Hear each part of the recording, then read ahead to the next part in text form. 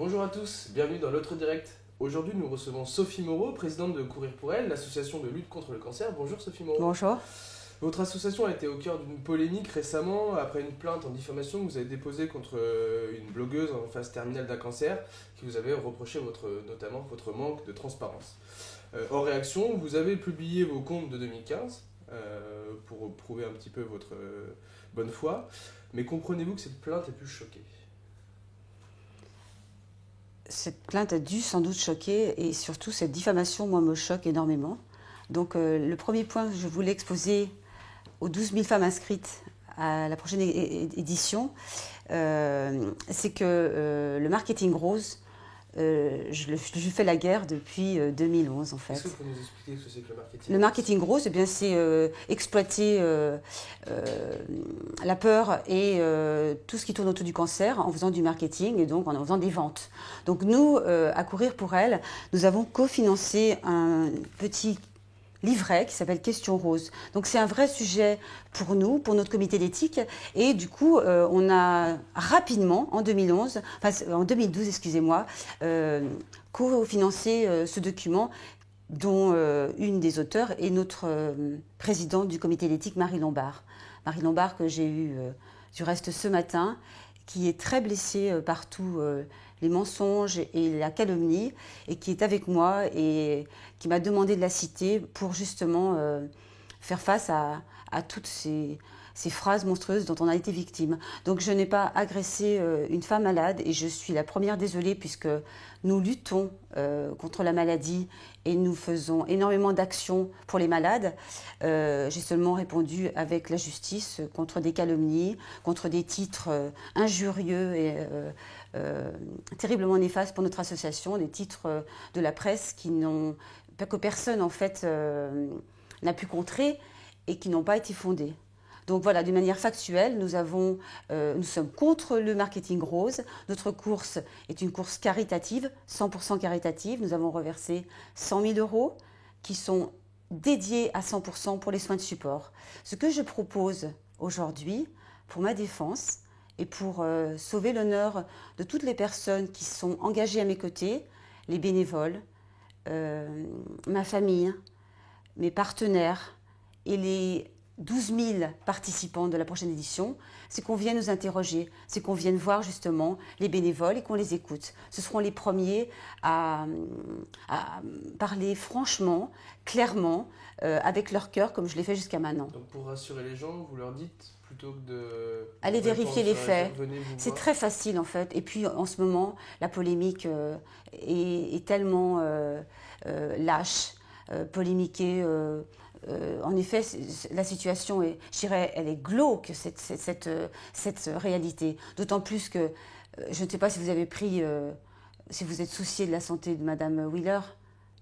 Je ne connais pas exactement son état de santé, je peux pas... Eh bien, elle va en effet très très mal. Donc, si vous voulez accourir pour elle, on ne se réjouit en aucun cas de cette situation. Voilà, on a un travail énorme, on a les mains dans le mazout ou dans le cambouis, pas jour et nuit, mais en ce moment on travaille énormément et il serait préférable d'utiliser nos énergies et notre bonne volonté et notre engagement pour justement préparer l'événement du 22 mai plutôt que de répondre à des mensonges, à des calomnies que nous ne méritons pas. On va revenir sur le 22 mai bientôt. Mais comment, est-ce que vous comprenez quand même que pour les gens, c'est compliqué à assimiler qu'une association qui lutte contre le cancer porte plainte quand on est moralement ? Alors moi j'ai une autre question, pourquoi la mienne ? Parce qu'en fait vous êtes au courant qu'il y a des courses féminines dans toute la France, il y en a quasiment dans toutes les villes.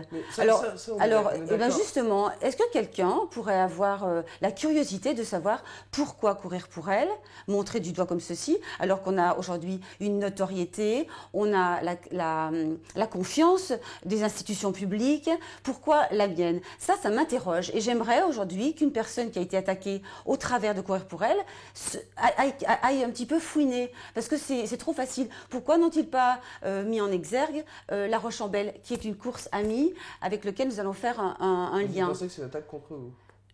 Forcément.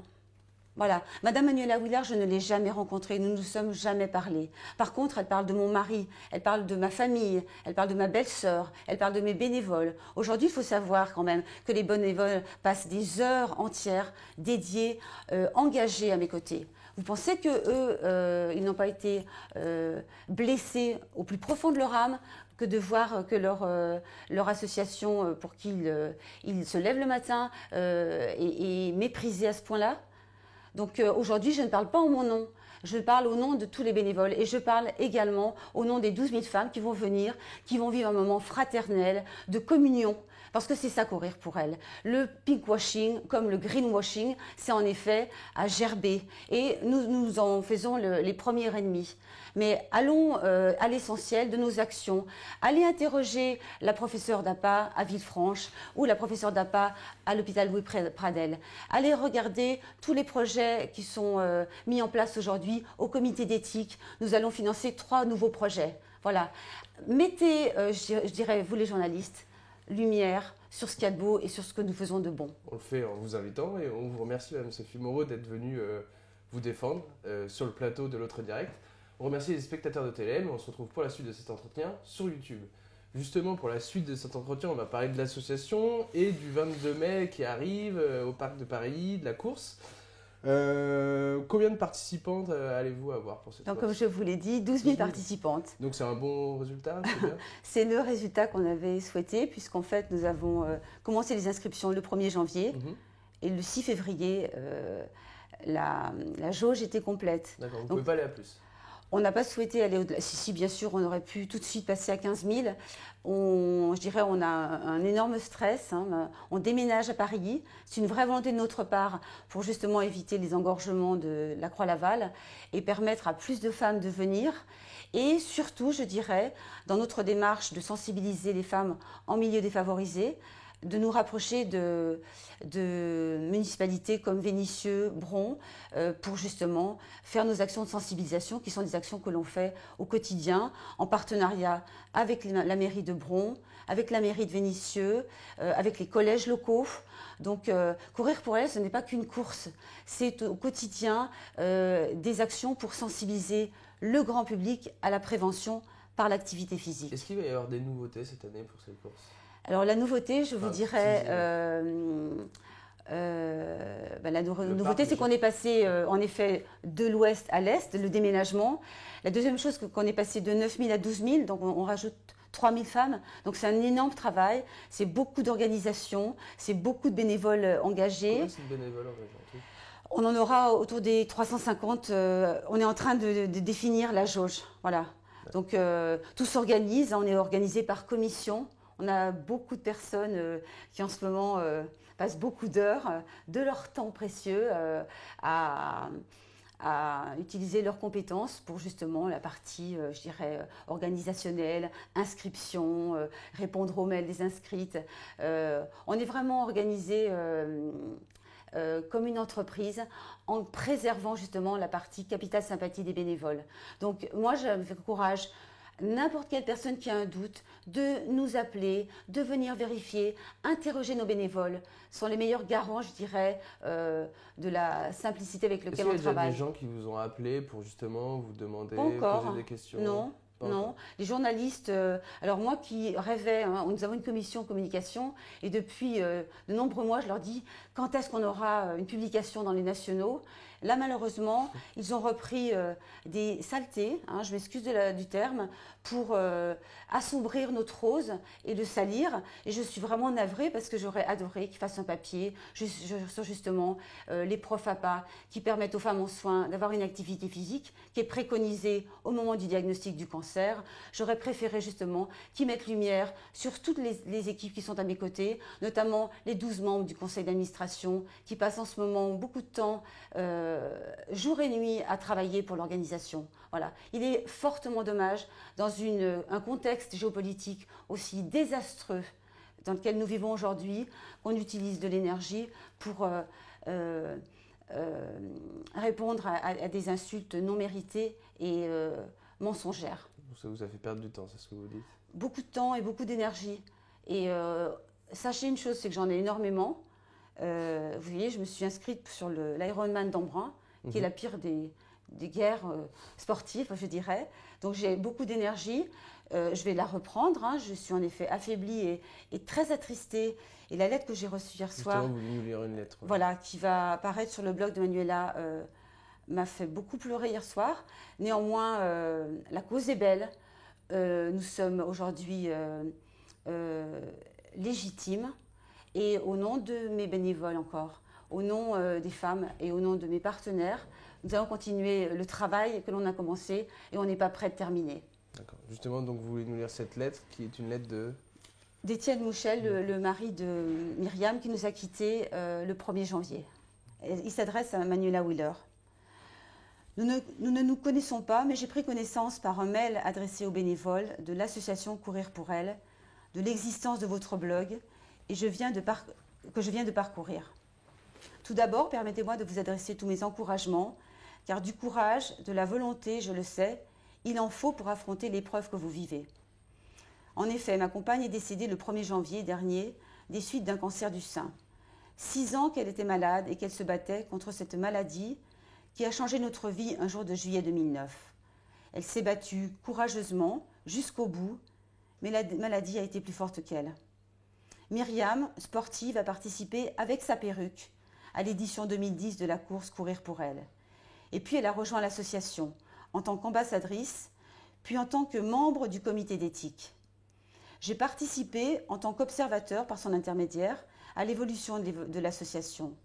Nous avons souvent échangé sur les questions qui se posaient et auxquelles le comité d'éthique devait répondre. J'ai appris à connaître des membres de l'association, Sophie Moreau en particulier, que j'ai croisée à de nombreuses occasions sur des salons, dans des manifestations où j'accompagnais Myriam, aux différentes éditions de Courir pour elle. L'engagement, la sincérité de toutes ces personnes ne fait aucun doute à mes yeux. Jamais Myriam n'aurait été investie de la sorte s'il avait eu le moindre doute sur cette sincérité et sur la justesse de la cause. Je suis profondément choquée par ce que je viens de lire. Je ne sais pas ce qui vous anime. Certes, la maladie peut être vécue comme une injustice, mais en être parfois une forme de révolte que vous exprimez en écrivant sur votre blog, en écrivant tout court. En vous lisant, j'ai ressenti le besoin de vous écrire, car en attaquant Courir pour elle, Sophie Moreau, c'est la mémoire de Myriam que vous attaquez. Myriam avait pris le parti de se battre, contre la maladie d'abord, mais également en rejoignant une cause qu'elle estimait juste et qui avait du sens pour elle en tant que sportive. La maladie l'empêchait de travailler. Elle a consacré beaucoup de temps à l'association sans jamais se sentir exploitée comme vous semblez le penser. Elle était libre de le faire ou pas, cette cause l'a portée pendant toutes ces années. Elle était également persuadée, comme Sophie, que l'activité physique était bénéfique dans la prévention et dans la guérison des cancers. L'objectif de l'association est avant tout de promouvoir cette activité physique. Mes 2 filles, les 2 filles de Myriam, ses sœurs, sa maman, ses amies, sont inscrites à la prochaine édition de Courir pour elle. Certes, elles ont payé une inscription et une partie de cette inscription, une fois les frais payés, sera reversée à des associations qui financent des soins de support, tout ce qui peut aider les malades. Myriam a bénéficié, tout comme vous sûrement, de ces soins qui l'ont beaucoup aidée. Le dernier protocole dont elle a bénéficié et qui lui a permis de tenir un peu plus était financé par la Ligue contre le cancer. Ce temps supplémentaire, ce bonus, comme disait Myriam, nous a permis de faire un dernier beau voyage ensemble. Mais surtout, l'objectif que se sont fixés toutes ces femmes pour cette belle journée du jour de mai les conduisent à s'entraîner, à courir régulièrement pour être en mesure de faire les 5 ou 10 km le jour J. Le premier objectif de cette association est atteint. Et là, on ne parle pas d'argent. Beaucoup d'entre elles n'auraient jamais couru sans cet objectif de la course du mois de mai. Le deuxième objectif est de récolter des fonds qui vont être reversés à différentes organisations, comme la Ligue contre le cancer, Europa Donna, Activera et Ademas. Vous vous interrogez sur l'utilisation des fonds récoltés. Votre questionnement est légitime, mais la forme qu'il prend est inadaptée. Nous sommes tous d'accord pour dire que le maximum de reversion est le mieux. À ce titre, je sais par l'intermédiaire de Myriam que l'association Courir pour elle a pour objectif de travailler une charte, un label, qui aurait justement pour but de prévenir, ce que vous dénoncez, le business de la charité. Nous avons besoin d'initiatives comme celle de Courir pour elle. Certes, ce n'est sûrement pas suffisant, mais c'est nécessaire. Connaissez-vous la fable du colibri ? Courir pour elle fait sa part. Myriam a fait sa part. Je sais Sophie Moreau très affectée par ce qu'elle a lu, ainsi que tous les membres et bénévoles de l'association, et qui, à mes yeux, est profondément injuste. Je n'ai pas pour ambition de vous dire ce que vous devez faire ou ne pas faire, dire ou ne pas dire, mais j'espère juste vous apporter un éclairage différent et qui peut-être vous amènera à réfléchir. Cette démarche est une démarche personnelle, faite en pensant à Myriam et à tous ceux qui, comme elle, se battent contre ce fléau. Encore une fois, Madame Wheeler, je vous adresse tous mes encouragements pour affronter l'épreuve que vous traversez, ainsi qu'à vos proches qui vous soutiennent. Merci beaucoup, Madame Moreau. Donc la prochaine course, c'est le 22 mai au Parc de Paris. Voilà, donc c'est complet a priori. Il n'y aura pas de nouvelles inscriptions, mais tout le monde peut venir quand même pour participer à la fête. Bien sûr, vivre ce moment unique de fraternité et de solidarité.